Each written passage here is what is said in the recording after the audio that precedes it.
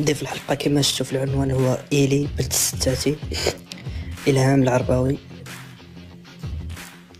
اللي كلشي تعرفها. المهم دابا بغينا نعرفوا شحال كتربح من اليوتيوب، هذا هو علاش درنا هذا الفيديو.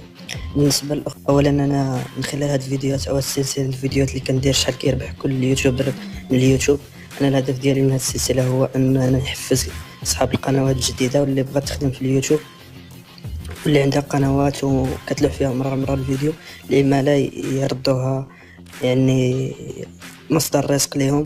وبالنسبه للناس اللي كيديروا الهوايات ديالهم مثلا اي واحد كيدير شي هوايه يمكن يدير شي قناه اليوتيوب ويحقق مبالغ اللي فريمون كبيره بزاف.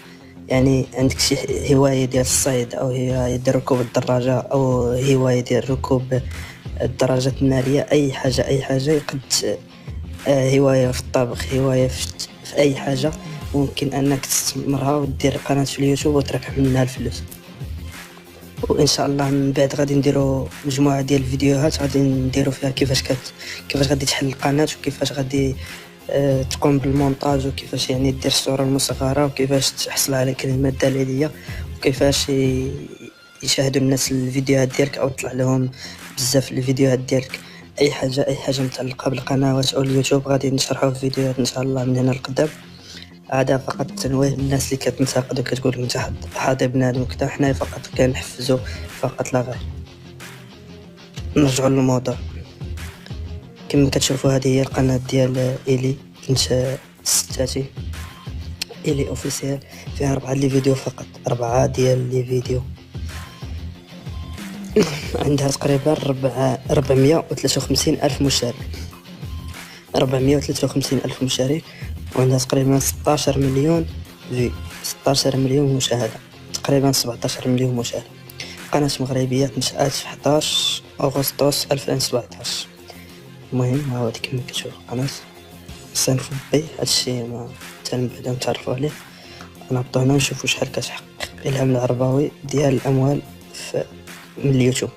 هانتوما كتشوفو 3 في الشهر، 2، 4، 5، 6، 7، المهم هما د الأيام. غنشوف مثلا 3 في شهر 2 شحال ربحات، تقريبا 3 في شهر 2 حصلت على 3800 سبسكرايب، 3800 صابون، 3800 مشترك، وحصلت على 274 ألف مشاهدة. هاد 274 ألف مشاهدة شكون حصلت على تقريبا من خلالها شي 140 دولار، يعني شي 30 ألف ريال، 30 ألف ريال في يوم واحد. الناس اللي كتقول لك اليوتيوب ما فيش أرباح، 30 ألف ريال في يوم واحد. هانتوما كيف تشوف 4 في الشهر حصلت على 2600 أبوني، وصلت على 200 ألف مشاهدة، تقريبا 52 دولار، يعني 100 دولار، يعني تقريبا 1000 درهم حصلتها في نهار واحد. هانتوما كما كتشوفوا هانتوما عندها حسب الأيام مثلا كيشاركوا عندها 2000 مشترك، 3000 مشترك، 4000 مشترك، هادشي على حساب الأيام. المشتركين عندها غير بالآلاف، وكما كتشوفوا الفيوز غير 200 ألف، 100 ألف، 200 ألف، 200 ألف، 100 ألف و 200 ألف للفوق. والأرباح تقريبا في 30 50 دولار، 30 50 40 دولار، يعني كتربح ماكسيموم كتربح من تقريبا كتربح من 16 ألف ريال حتى 40 ألف ريال في النهار. يعني واحد المبلغ اللي هو ضخم، وداك الشيء علاش كنحفزوا الناس انها تخدم على القنوات ديالها. اللي عنده شي هوايه كما بغات تكون الطبخ ولا الطبخ او الجيتار او اي هوايه كما بغات، انه يحاول يصنع واحد القناه ديالو وبقى يلوح في هذاك الشيء. ونصيحه للناس اللي عندهم محتوى ترفيهي مثل الطبخ، الاغاني، جيتار، شي حاجه بحال هكا، هوايه الصيد، لي فلوغ، اي حاجه. مهم بحال هاد المسائل هذا كيتشافوا بزاف، عندهم متتبعين بزاف، في الساعة يستطيع انه يحقق مشاهدات كبار ويستطيع يحقق مبالغ ضخمة بطبيعة الحال. وشكرا، الله يعاون في حتى الفيديو جديد ان شاء الله.